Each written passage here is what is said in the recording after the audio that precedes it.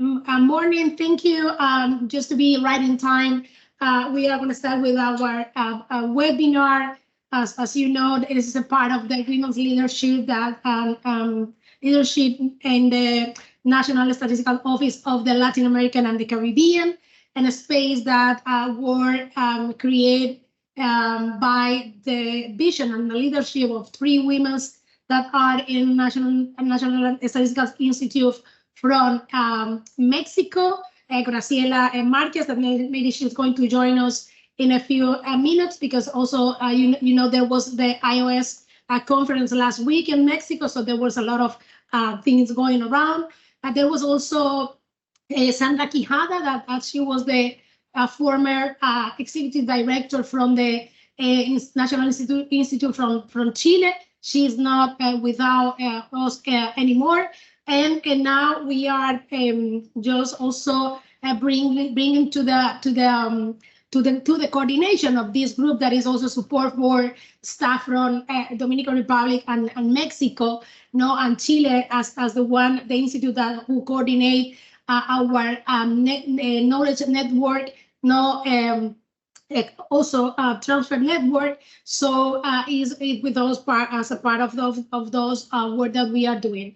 And maybe for maybe someone of you that is the first time in the space of the community. No, we are women that not just in the leading position of the National Statistical Office of Institute of the region, but also we have second level of different management team.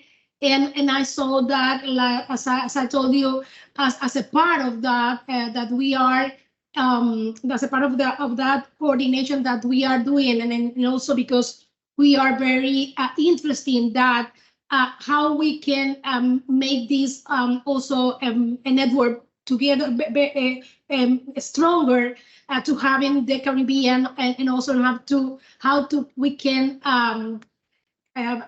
can cross the barrier of language. That is one of the most obstacle that sometimes is coming to us. So for that reason, we were talking with Diane Castillo from Belize, and she's the executive director from the National Statistical Institute in Belize, and we asked her to join us in the coordination. So please, I want to say welcome. I want to say thank you to Diana, and maybe to have a few minutes with some word from her, and then also give a big our important dish of the day, that is the participation of the Senator Muronai from Barbados.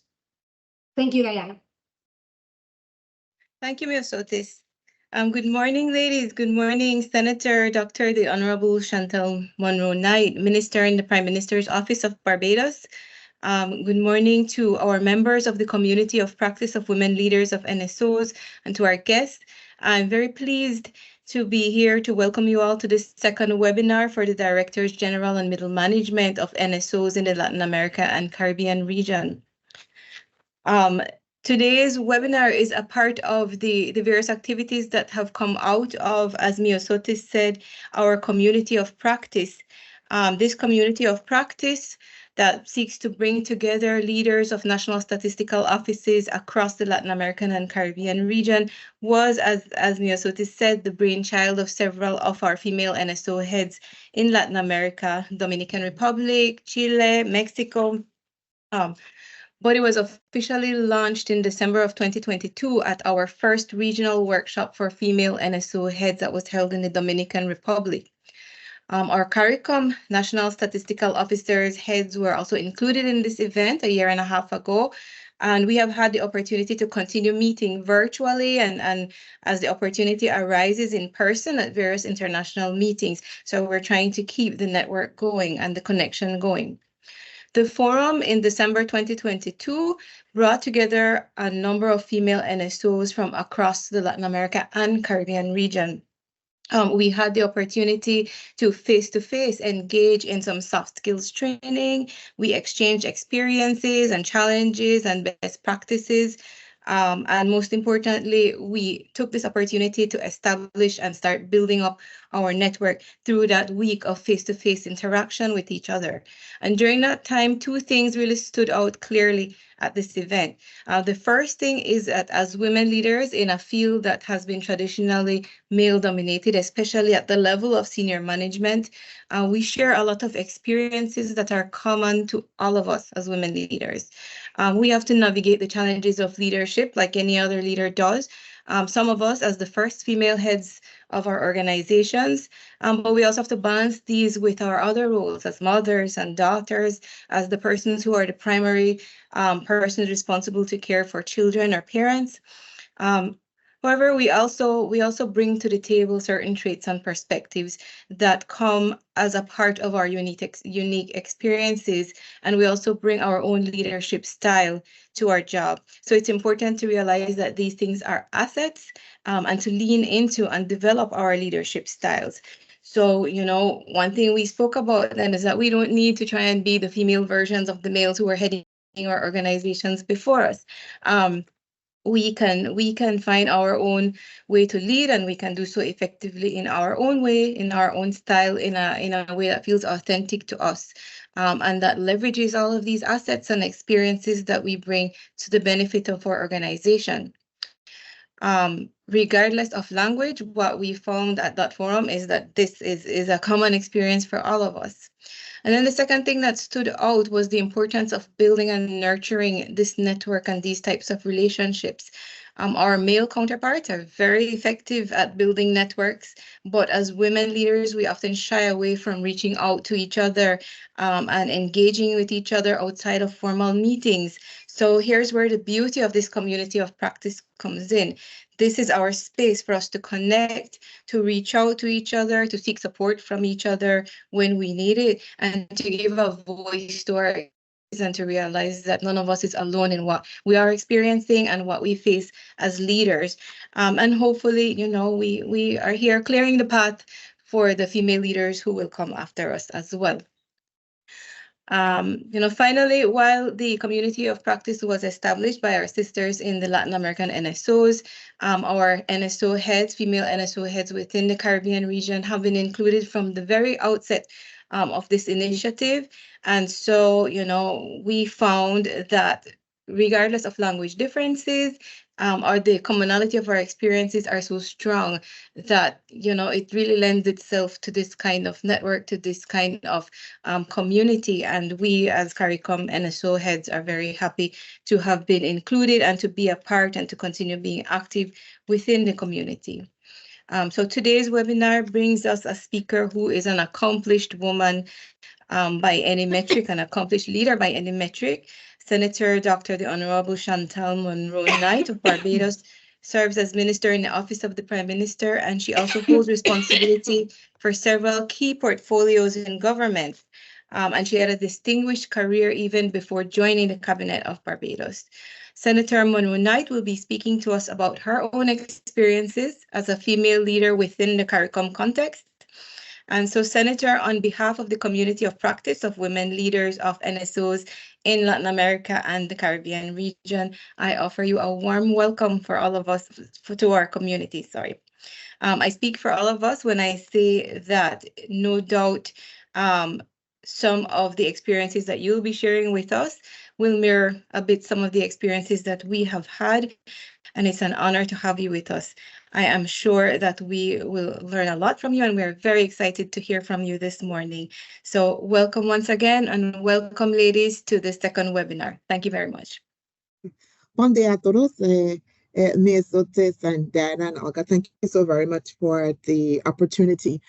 Quite coincidentally, I'm actually in Dubai at a leadership forum. So the government of Dubai has a really good frame for what they call government exchanges. So they brought together a group of ministers that function within central government, right? So whether they are ministers in the president's office, or like me, ministers in the prime minister's office, or ministers in the cabinet office that function perhaps at an overarching level, again, to just talk about the whole of government experience there. So that is, I thought that it was a a good coincidence in that respect. So not Diana gave you very briefly a little bit of my portfolio, but I want to talk a little bit more just about what I'm doing now and what I've done as I talk about my experience as a women leader. So I would have met Myosotis, gosh, some years ago when I was working in the nonprofit NGO sector. And I would have worked in the nonprofit sector for over 17 years when I was quite young. Turned down a government job actually to work in the NGO sector, just again, because of, at least at that time, it still is, my feeling that the power really lay within the social sector as well. And the fact that we needed to make sure that ordinary men and women, one, understand the policies that were being made on their behalf, and that there will be a strong voice advocating on their behalf. And I want to start there because that orientation has certainly colored the tenor of my leadership in terms of what I bring to the table, even now within this position, and where I stand just in terms of my own foundational principles. And that for me is the first thing that I want to start. I think that my experience in leadership and both the challenges and everything that goes with it is grounded just on base principles that I always say to everybody is unmovable for me. Yeah. And I believe that, again, as women, that is extremely important in a world that is still coming to terms with what a strong, capable woman is and looks like. Yeah. So there are some fundamentals for me, basic things for me, like respect. My dad was a former policeman, so that came with a very strict upbringing. So I was raised, again, to always be very respectful to people. I still, as a big adult, still say sometimes, yes, please, because that's how I was raised. But I say that as well as a fundamental. So if I give that, I demand it as well, and I expect it. Yeah. But that's not always an easy kind of thing to navigate in the space, like I said before, when people are still now coming to terms with what a strong woman and who's capable and who intends to own her space looks like. So that fundamental thing of respect is important. That fundamental thing of, I think I talked about it just not just in terms of owning my space. It's also, one of my kind of core principles, and it, again, not being very easy. But I think for me, I make a conscious decision that when I come to a space, it doesn't mean that I know everything, I've got it all together, but I come to a space with a sense of I belong there in that space. Yeah, equally. Again, so that goes hand in hand with the respect. It means it's where my voice, I intend that my voice should be valued just as any other voice in the table, irrespective of what that environment looks like, whether, again, class, color, wherever it is, my voice I'm going to own that space and own my voice in that space. Another kind of the other kind of core principle for me is always one of integrity, right? Because I think that's very, very important. That I come to my leadership with, and again, sometimes a little bit difficult to navigate, and not in the big way we think of integrity, stealing money, etc. But again, integrity in terms of just remaining steadfast about who you are, yeah, and being able to do that consistently. Just over these couple of days that I've been here at this meeting, and we were having a conversation even over lunch just about this issue, and remarking on the fact that you have situations in which, and I'm very practical, so just know I'm still very, very practical, right? I have had to come face to face with very misogynistic males within the political sphere, within the NGO sphere when I was doing trade negotiations, who in their own sometimes very outright and blatant soundings, can be disrespectful, demeaning, but would not want to admit that is gender-based, right? Would not want to admit that it's gender-based. But if you look objectively at the way that they treat to, speak to, and work with the male counterparts doing things that are, you know, almost equal, then you would see that there's something not right about the picture. I think what happens is, as well as why I started with those base principles, is a challenge that comes along with how do you maintain those and how do I maintain those principles in the face of that, right? So one of my big tensions is in terms of owning that space and showing up big is always that in that space when I'm confronted with that, do I shrink? Because if a woman now then also responds in a way that you know, may seem to confront that level of disrespect or whatever, then the response or the reaction from others is always a little bit off skew. And I found that when confronted sometimes with that level of behavior, it's sometimes very situational, right? So there are sometimes, you know, when you call it out and you say, listen, yeah, dude, make sense, because we're not going to play that. But there are also sometimes when you have to disarm. And I think that I, as a leader and being reflective about my own leadership and the things I've gone through, recognize that there's a delicate balance that has to be played there. You want to be the strong woman, you want to call it out, but sometimes that calling it out doesn't always necessarily get you to where you want to be.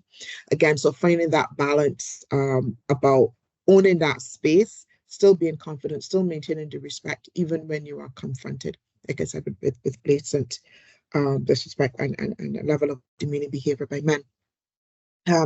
I've had, when I remember being in trade negotiations, you know, and being asked, you know, why you're being so emotional. And even now in terms of government that have come into central government in this space as well, you know, still being asked the question about, you know, being passionate or being, you know, emotional. You know, one of the things is, again, and I think this is about women's leadership, is that, at least for me, I speak on things that I believe in. I speak on things that I am passionate about. So when I speak to something, I want people deliberately to feel that passion. I want you to be moved by that. I am invested 110% in my work and in producing excellence. So I do that with everything that is within me. So my relaying of that, again, is going to be one of passion. But the extent that, you know, we're still questioned sometimes in terms of about the way of that, again, is what I mean about we're still in a space where people are still coming to terms with what does a strong, capable woman leader look like as well. I would say one of the other experiences, and again, I'll talk a little bit, I guess, about the challenges and then go on, you know, about some of the other elements as well, is relationships with other women, right? So again, at the lunch table here, we were having this debate about whether or not it's easier for women to work with other women in leadership roles, or whether or not it is, you know, we prefer to have men in the leadership roles. And ironically, quite a few of the women ended up saying they prefer to have a man as a woman, as a leader, as opposed to, you know, a woman leader. And again, I was quiet and I was like, what are we doing, right?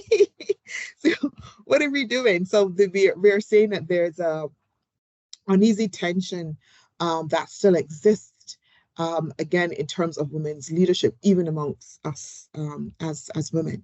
And I would be honest and say I've found it difficult at times, because sometimes when you are looking to women leaders or older women, again, to either provide guidance or to provide that level of leadership with integrity, etc., there's something that happens or some dynamic that happens in the relationships sometimes, not all the time, sometimes, you know, which can be a little bit difficult. And I think that's something that we need to be able to contend with. And certainly that has been a part of my experience as well. On the other hand, though, so like I said, I spent years in the NGO sector. After I led the NGO sector, I went on to be the first CEO of the Barbados Medicinal Cannabis Licensing Authority. First CEO, that means, you know, building an organization and staff from ground up. literally from laws to regulation to mentoring staff to creating a frame, all of that went into building something from absolute scratch there. And there were some empowering elements there. I think that leadership in that sense was enabled by a level of trust.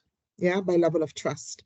And I believe that that's one of the things that will help us when we have other people in our space, other cores of leaders, levels of leaders rather, who give us that trust, that they trust your leadership, trust your voice, and leave you to get on with it, right? So that was also important for me in that space, so that for that year and a half or 2 years I was there was a level of trust that you got this. It's not all going to be perfect, but that we trust you enough, and trust the vision and trust that you've got it, that you can then be able to deliver. And I think that's important. I've come into the government. I came in 2022 when the government would have, again, after 2018, been under the leadership of Prime Minister Motley. And I'm a minister in her office. For the first year before she did a reshuffle, I was minister with responsibility for culture primarily. I did a number of other things, but that was my title. I functioned a bit in economic affairs as well. So, that would have meant quite a bit of things in economic affairs. I would have done international partnerships as well. Again, all the work with our development partners, whether that be IDB, EU, whoever it is, I was the focal point for those partnerships as well. Also as well assigned the Sustainable Development Goals and also Commitment for Results, which was the government's overarching performance management framework that the government is currently rolling out. And then did a little bit of climate change. When the Prime Minister reshuffled this year in January, I now have, again, so I now have culture, I now have SDGs, I now have climate resilience plus water. So the Barbados Water Authority, I'm managing their commitment for results. I mirrored the Prime Minister on government transformation as well, and I'm sure I'm forgetting a couple of other things.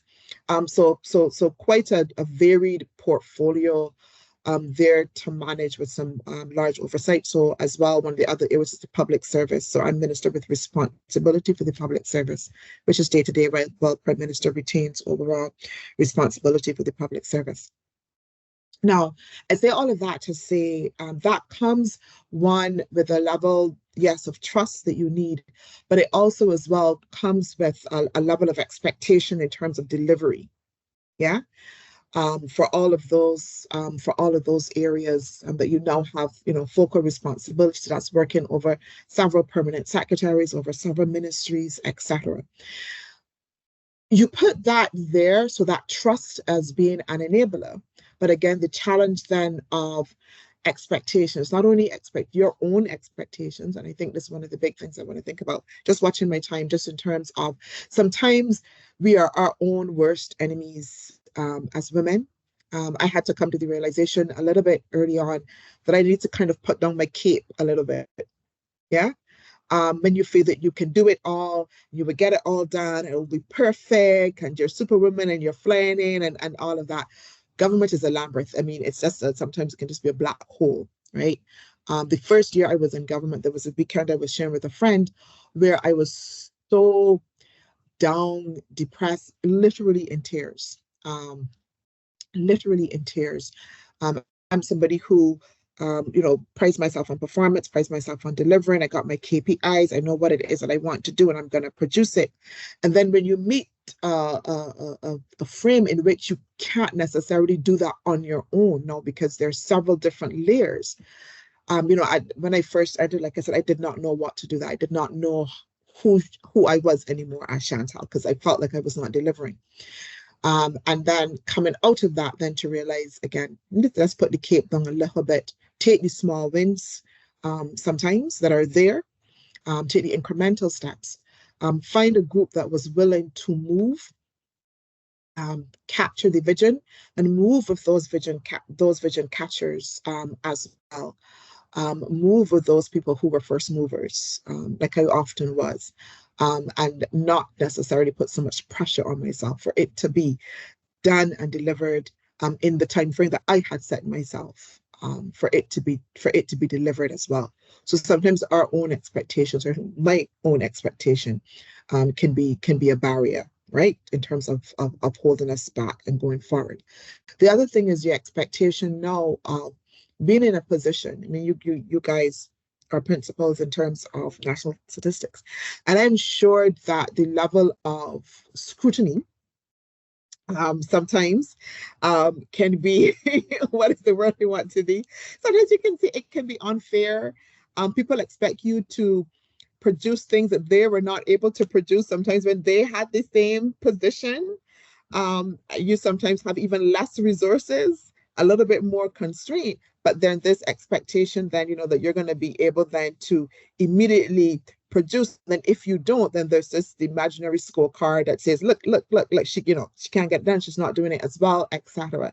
So that's that side of it as well that you have to then be able to contend with. And certainly, there is, and I do feel sometimes the weight of that pressure in order then to deliver on all these strands, and then deliver on the confidence as well that's been reposed in me to be able to deliver. And then the final thing I would say, again, and so just want to just make sure I manage the time, if I can go on, is that balance between family as a woman, self-care as well, and then delivery.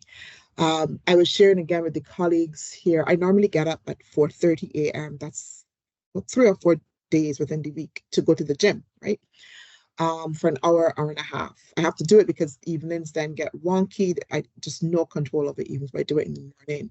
And that 4:30 to 5:30, say 6 o'clock, sometimes if I can manage to 6, it's just my time to go to the gym. I try to be faithful to it. I don't always do it if I'm traveling now sometimes, but that's the time that I dedicate to do something that I like and enjoy, and I do it intensely, like I do everything else with a level of passion there, right? And for me, that's really important in terms of having that balance when I am not taking care of myself, when I'm a headspace thinker. So there's introvert, extrovert kind of thing, right? So I have to step away sometimes from a lot of noise. I don't function well. I can do it in the crowd, but I do my best thinking sometimes when I get a chance to breathe.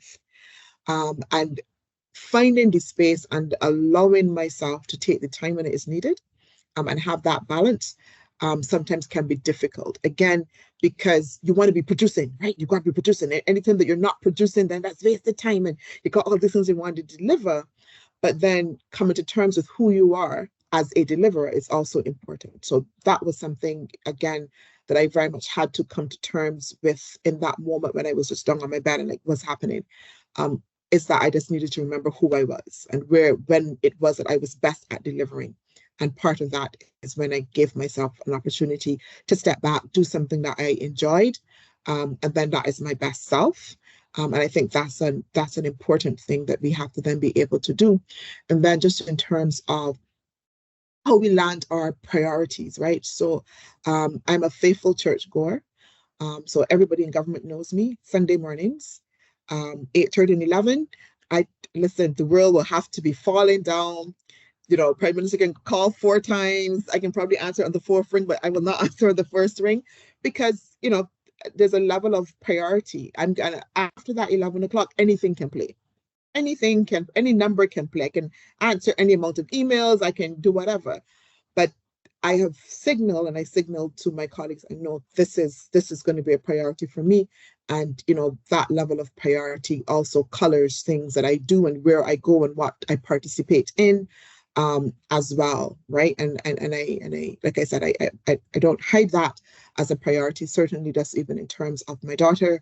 I always say to anybody, even if I'm in a meeting, my daughter is grown, so she knows, don't disturb me, send me a text, don't call. So if I see my daughter calling, I know that's something that's gone wrong, right? So again, if the earth is falling, I'm going to answer her call regardless. Right?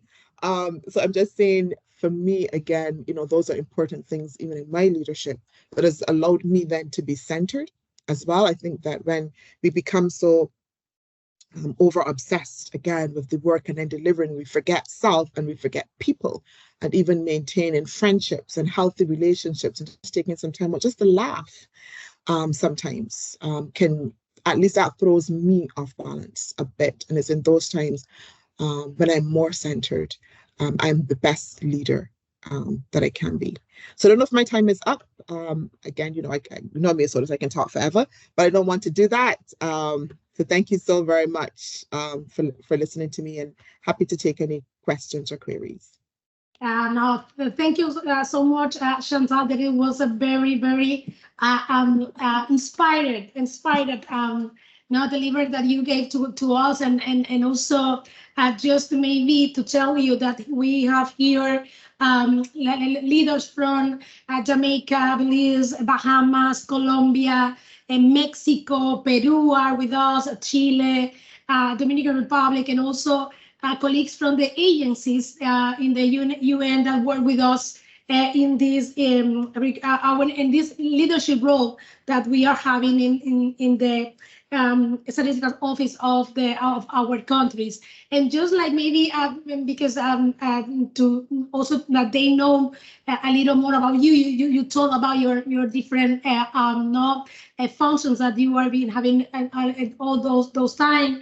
But just to remember that you are a senator in the minister in the Prime Minister office in Barbados, and then you have a lot of experience on management, especially with demonstrated history and working with non-profit social development sector. That was the first time that we met around the 90s. I don't know.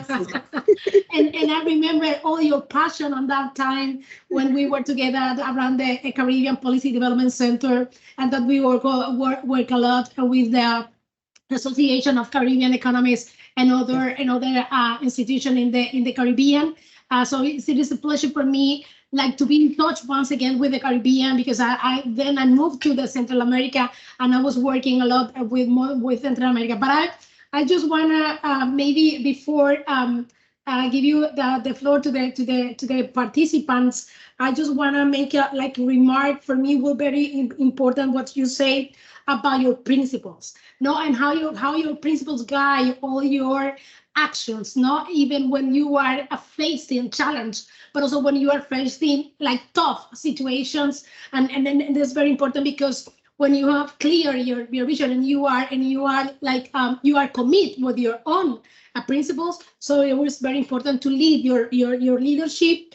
Also, I want to bring from your presentation about the boys. That I really like that, because I remember last week I was in Mexico, and there was a panel on data governance. And somebody told me that how I'm doing, what is my mission in the National Statistical Office of the Dominican Republic, and I said that most of the time of my career is giving voice to that people that doesn't have voice, but also to recognize my own voice. I really like when you say, so when I get in a place, I know that I have a voice and I'm gonna use it. So it's very important also for women to recognize that voice, so that you have the entitled not to use your voice, because sometimes we don't be clear about how this voice can use, and the power that our voice has it, but also the barriers and the expectation. And as you say, we are the first one who has the most expectation about our work. What you have to do it, and we sometimes we are very tough with ourselves. So there is something very important, and at the end you talk about how you maintain this balance with your auto care, with your family. But something that I like the most is that maybe you don't say that word, but it's communication with your team, and how your team know how are your priorities, and you communicate your priorities, and everybody is okay with that. That they know that, so how they can respect. That it was one of the first principles that you mentioned. How take it from them, and the others no, because this is your priority, and they gonna work not with you and function those priorities. So it was very, thank you so very, and of course all the time with a lot of passion, no, because we have passion, and that's what, as Diana said, we don't have to believe that we are gonna be like the best of our male version. No, we are who we are, and to be clear about that. Olga is telling me that she wanna to take a picture before maybe someone is need to go, and then you can raise your hands. Diana, I don't know if you want to also say something, but if someone is anybody who can turn on the camera, and please, if you want to talk, just raise your hands to do it. No, so the picture now. Olga, you told us.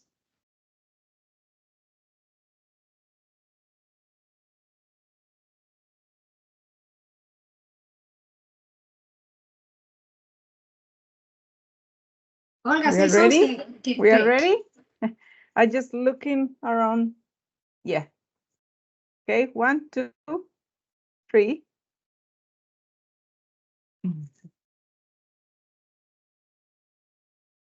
Perfect. Great.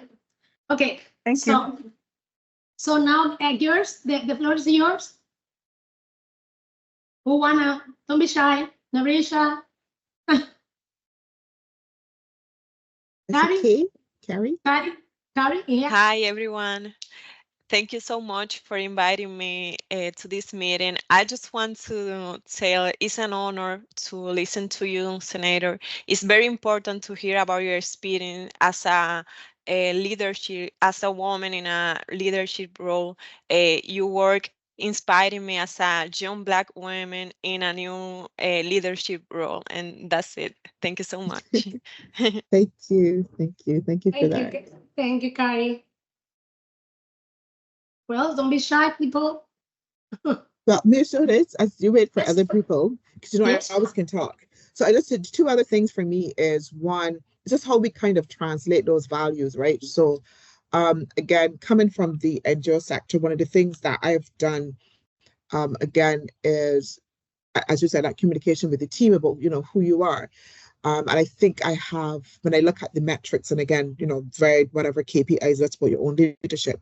So one of the changes I think that my leadership has been able to do within the ministries and agencies that I've worked in is to ground that whole notion of being consultative, right? And talking to people. So there are several agencies that when I came in, there were a number of conflictual relationships with stakeholders, right? Whether, who wasn't listening or who felt that they weren't being listened to, or unresponsiveness, and lots of conflict. And one of the things, and I can say this because managers have said this to me, is that I've entrenched is, listen, as you said, we're public servants. That's who we are, public servants. And that has to mean something. It means that we have to be responsive to people. It means that we have to consult.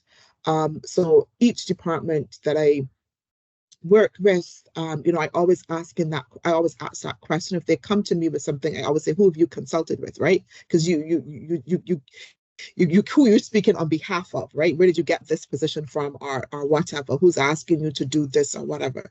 And I think that's one of the things that, just in terms of being very practical, about how we apply those principles and those experiences that we bring to bear on the position, and actually seeing them being manifested in our work.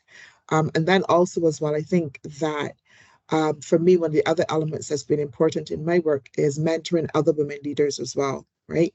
Which isn't always easy, and not even mentoring other women leaders, but other women as well, who are willing, because I think that's important in terms of, that whole thing about leadership is not just about you leading, but who you're bringing along behind. And that's certainly one of my own personal metrics for me. Who am I bringing behind, right? Who am I also putting into and setting an example for as well? And it is very difficult, with the multiple things, and you're busy and you're whatever. but taking time to be intentional about doing that. Sometimes people don't always understand, you know, when you make certain decisions or when you make, you know, whatever. And so sometimes just stepping back and having conversations and say, you know, come, let's do a little brown bag thing and come into my office and sit down and let's just, you know, just talk, or just stop in somebody in the middle of the walkway just to share, you know, like a little 10 or 5 minute something with them. I think is also important as well, you know, for women leaders. I think we have to create, as you guys are doing, that level of community. I found a community when I came into government. There were, I would say, the 2 women, you know, that were already in the cabinet who really took me under their wing, you know, and kind of showed me the way, you know, quite quietly, just in terms of the do's and you know, and don'ts and those sorts of things. And I was extremely grateful for that as well. And that is something that I take on. And I said, okay, so who else can I do this for, as it was done to me as well. Thank you. I have Diana and then Carol. Diane. Thank you. Chantal, I just wanted to thank you for highlighting the importance of, you know, the collaboration and relationship building aspect of our job, and the type of leadership that we bring to the job. I think it's one of our strengths as women. Not saying that it's innate to us, but perhaps it's something that's socialized into us. And so, you know, we can use it as a strength, and make the most of it. So I want to thank you for highlighting that. I wanted to ask you, because you mentioned something in the beginning of your talk, where you spoke about, you know, confronting misogyny in, you know, in your various interactions. And this is something that it's not always, you know, obvious and in your face that this is what is happening. But, you know, as women, we know it when we see it and we experience it, but we don't always feel comfortable saying, you know, hey, this is that. And you mentioned that sometimes the better approach is to just be disarming. So I wanted to ask you if you could share a little bit on that. You know, what is your approach to being disarming in the face of that kind of interaction? Yeah, it's very hard, to be honest with you. I don't think I've got it all right. So if you can meet one Chantal on one day that could just be like, yeah, I'm not having it, you know, I'm not playing with you. Just get your life together and make it make sense. But I think that generally though, those types of men, I tend to, again, that whole thing about being consistent about who I am, right? So in the face of that, I find that my number of response is I focus on fact. Yeah. I don't focus necessarily on confronting them, because I also find it's a ways to get into a confrontation that then becomes, you know, it sidetracks you in terms of what is your goal in. So I keep point on goal as well. And either the room will tell them that, you know, nobody either taking them on or it doesn't make sense. So the room will tell them. But I said, and I don't have a perfect answer. For me, like I said, it's very situational sometimes in terms of the approach. But I do tend to at least for me, my approach now, because I can be very confrontational and be very bold, to be very honest with you, right? I mean, that's my natural Chantal. But also as well, when you're working in a team and you're leading, and I know that they're younger people or newer people and stuff, I always have to ask myself, yes, that's my natural me. My natural me is to be able to confront it, call it out in the biggest way. But what would be the most useful way in that particular situation? And sometimes the most useful way is to keeping them quiet, like I said, by focusing on fact, being firm, but also as well not giving them too much air as well. Yeah, so I don't know if that answers it, but that is how I tend to kind of respond. And just before this call, I had to deal with it as well. And I was the very calm Chantal. Thank you, Chantal. Carol Coy, that is the Director General from Jamaica, please. Okay, thanks. Thanks, Dr. Monroe Knight, for your presentation. I've been in this field for a long time. I'm also one of the longest serving director generals in CARICOM. And I tend to be a quiet person, but as you say, sometimes this organization that I'm in, we have mainly had, I think, female directors general. But you have to deal sometimes with maybe board or persons outside, and you get that subtle,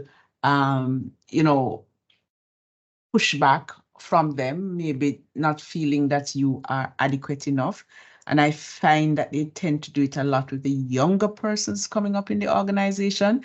But I like that, the recommendation you make about having, those persons around you, because I really never thought about that as how do you counteract some of these misogyny and it's not just sometimes from men. I find sometimes women also themselves seem to feel that a man would make a better leader than a woman. So so I'm glad for your presentation because it really has given me food for thought.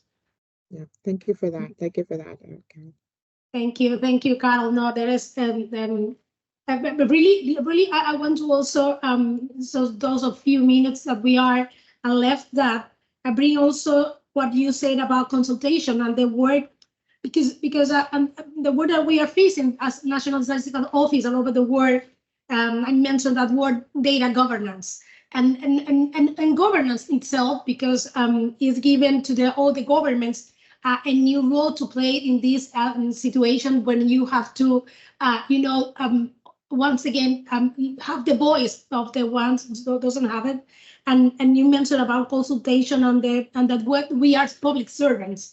No, that don't forget, that because most of the time the National Statistical Office are more technical. So you think that you are like, in a different level from the ground people. But I think that one of and I said that last week that we have been doing so good is trying to how human rights are how you can measure, how you can show inequalities in order to have data that the decision makers can have to address all the problems and all the inequality that we have. But at the same time, we need to because we are doing that not most of the time hitting our people. So I think that there will be very important that something that women can bring to the table because we are the one because our role, the patriarchy has shown us is that inside of our house we are the one not to need to deal with all those issues. So when we bring that to the public space, so we can take advantage of that, because we are having so for me it's like very important also to have this in mind. And don't forget that we have assets as a women, because we were growth, but there's assets that we can use and we can use it well, and trying to for the common being of the servants of our countries, our families, but also in our own benefits. So I was also trying to share in that case. I don't know if you wanna. There is another one. I don't see any hands. The Spanish-speaking Caribbean, it was Latin American. It was shy, right? But I know that you that you are there also. I don't know if you wanna. Yes. If not, Chantal, we wanna thank you. Thank you so much for your time. I know that you are in a busy time, but also for your experience. I think that I was thinking here you because we also have our first webinar was with the FC Campbell, the former previous minister of Costa Rica. So I guess that there is maybe Olga that we need to try to think about how this kind of like little small quotes from the speech. If you allow us to do something like that to share with the community, we are going to have this video because it was recorded on our private space that we have for sharing our experience. So thank you so much for your time and to everybody to be here. I know that for Bahamas is holiday today, and Graciela from Mexico, she told me also that they are having the Mother's Day also today, celebrating. Yeah, so it is a lot of things going around. We are here running after election that it was yesterday. So yes, yes. So thank you so much, and see you next time. Thank you so much. Thank you for having me. Enjoy the rest of your meetings, and all of you, happy belated Mother's Day and everything else that everybody is celebrating. Bye-bye. Bye-bye. Thank you so much. Bye. Bye. Bye. Thank you so much. Bye-bye. Bye. Thank you. Bye.